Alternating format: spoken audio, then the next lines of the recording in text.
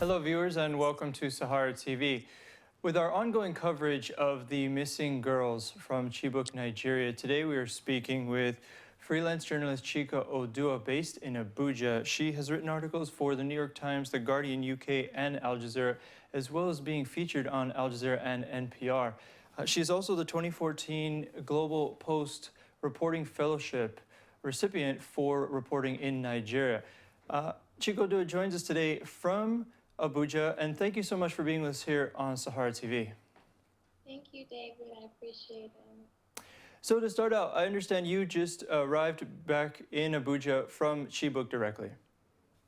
That's correct. Yeah, so I was wondering the logistics about your trip there. Was it, transportation-wise, was it difficult to find transportation into Chibok given the unrest that's been going on in that part of the country, and including this recent kidnapping of these girls?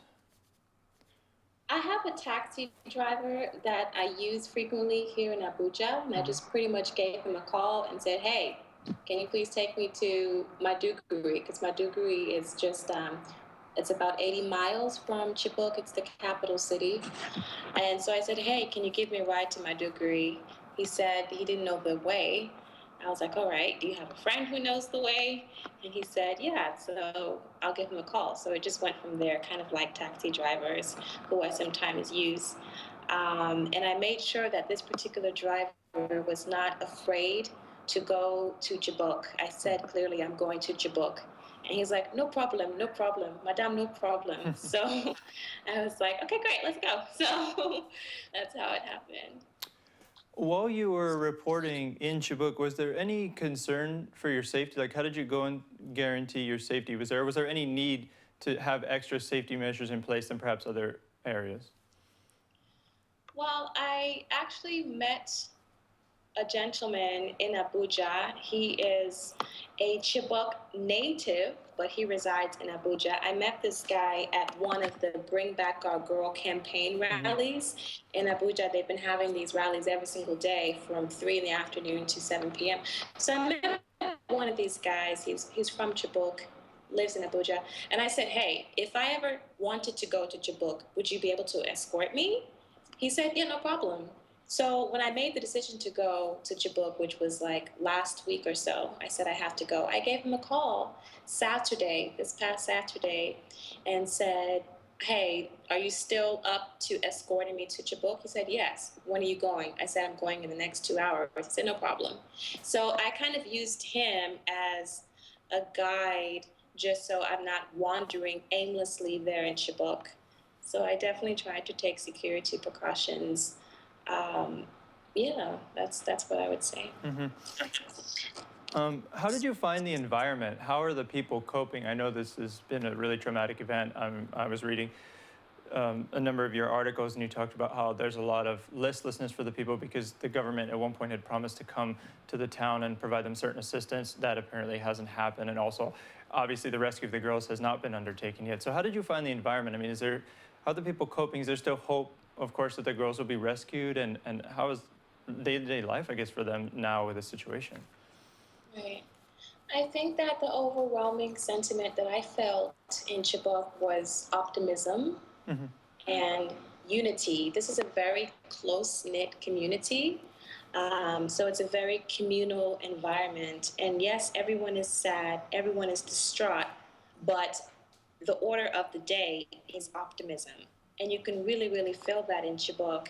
And families are kind of praying together, they're visiting each other, they're helping each other out with the chores. Because you have to remember, the young ladies who were taken, and a lot of them were the eldest in the household. A lot of these young ladies were like the first daughters. And so they were the ones doing a lot of the household chores. And in their absence, families have to fill in the gap in the absence of their daughters, who were very, very responsible, many of them. So I think that the sense I got was just optimism, and we're going to help each other to cope. It's not as if you're walking around and people are like crying in the streets. No, they're definitely not crying. They're crying in private, and they're crying amongst themselves. And after they cry, they go to church, they go to the mosque. And I think that's pretty much how they're coping. They're coping as a community in a very hopeful spirit, and they all really, really fervently believe that their daughters are going to come back safely. Mm-hmm. So I also understand that now, in the absence of like a larger government security presence, some of the townspeople of Chibok have taken it upon themselves to provide some security presence of their own inside the town. And I know immediately after, or very shortly after the girls were taken, they actually put together their own search party that went to Sambisa Forest and unfortunately was unsuccessful. But I mean, even immediately they had organized a plan to go and rescue these girls. Since that time, are there any other plans that they might have under the way, considering that it seems the government is still slow moving toward their own rescue operations? Yeah, I specifically did ask this question, David, which is a good question, to one of the fathers Mm-hmm. in Chibok his daughter's missing. And I said, "What's next? What are you guys going to do next?" And he said, "What can we do?" It was very much like, what else can we do? We did go into Sambisa, but we were told don't go any further, and you don't want to just walk around aimlessly in Sambisa. Mm-hmm. And so I think what they're doing now is just kind of putting their hopes into the hands of the government. I would say that the state government, Borno State government, has taken some type of proactive measure, I believe, to kind of keep communicating with these people more so than the federal government. I think the state government has been much more proactive and much more interested in kind of alleviating the concerns of the Chibok people. And I think the Chibok people, perhaps they feel closer to the state government than the federal government. Some of them, not many, but some of them are aware that there is an American and British team on ground who is giving intelligence and that type of thing to Nigerian government. I think at this point they're just kind of waiting to see what the government can do. Mm-hmm. Now, you brought up that some of them are, in fact, aware of this presence of outside assistance, be it the Americans, now I hear the Israelis, the British. Do they have any thoughts on whether this is the right track to go, or whether they feel like the Nigerian government needs this help, or whether they feel that it should be taken care of a different way? No, I think all of them are vehemently in agreement that Nigeria cannot do this. They can't do this. It took 3 weeks for the president to even say anything about it. So they understand this is out of the hands of Nigeria.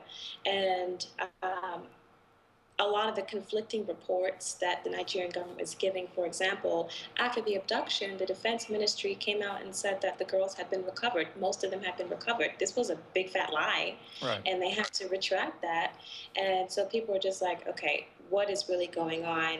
And even more so, the response of the government, the allegations, the implied allegations that this is all a setup from Borno governor. Like, there people are saying that perhaps he set this thing up because he's an opposition party, this and that. So they're trying to politicize this effort, and a lot of people in Chibok are just very, very hurt that, for example, the first lady would imply that the mothers know where these girls are.